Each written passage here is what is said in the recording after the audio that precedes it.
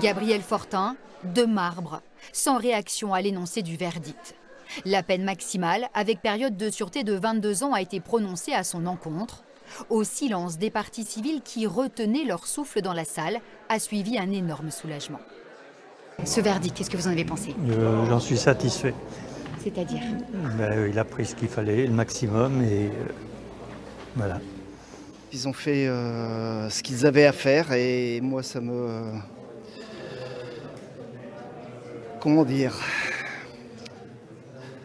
Ça me donne de la sérénité. Un verdict après 3 heures de délibération qui laisse Jean-Luc Pasquion, le mari d'une des 3 femmes assassinées par Gabriel Fortin, avec des regrets. Pour moi, c'est pas cher payé. 22 ans de sûreté, j'ai perdu mon épouse. Moi, j'ai pris perpète pour une éternité. Et croyez-moi, je vous dis ça avec la boule au ventre. Pour les assassinats d'Estelle Luce, Patricia Pasquion et Géraldine Caclin en janvier 2021, la Cour a retenu l'altération du discernement de l'ex-ingénieur au chômage.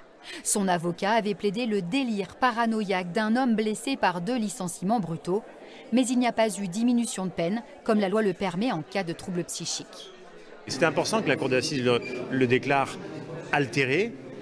Et c'est important, je crois, y compris pour les parties civiles, de comprendre le fonctionnement de M. Fortin. Il n'y a pas de mépris, il n'y a pas de dédain, il n'y a pas de volonté de silence blessant. Il y a tout simplement, du fait de cette pathologie, du fait de ce trouble mental, une incapacité à répondre aux questions. Il y avait cette crainte qui montait sur les bancs des parties civiles très tôt dans le procès, effectivement de voir Gabriel Fortin ressortir très tôt dans la nature. Aujourd'hui, nous le savons, la loi a été appliquée pleinement, avec conscience, mais la conclusion, Gabriel Fortin n'est pas seulement le tueur de DRH, c'est un grand paranoïaque, tueur en série. Des parties civiles apaisées, mais pour combien de temps? Même s'il a dit maintes fois sa défiance de la justice, Gabriel Fortin a 10 jours pour faire appel du verdict.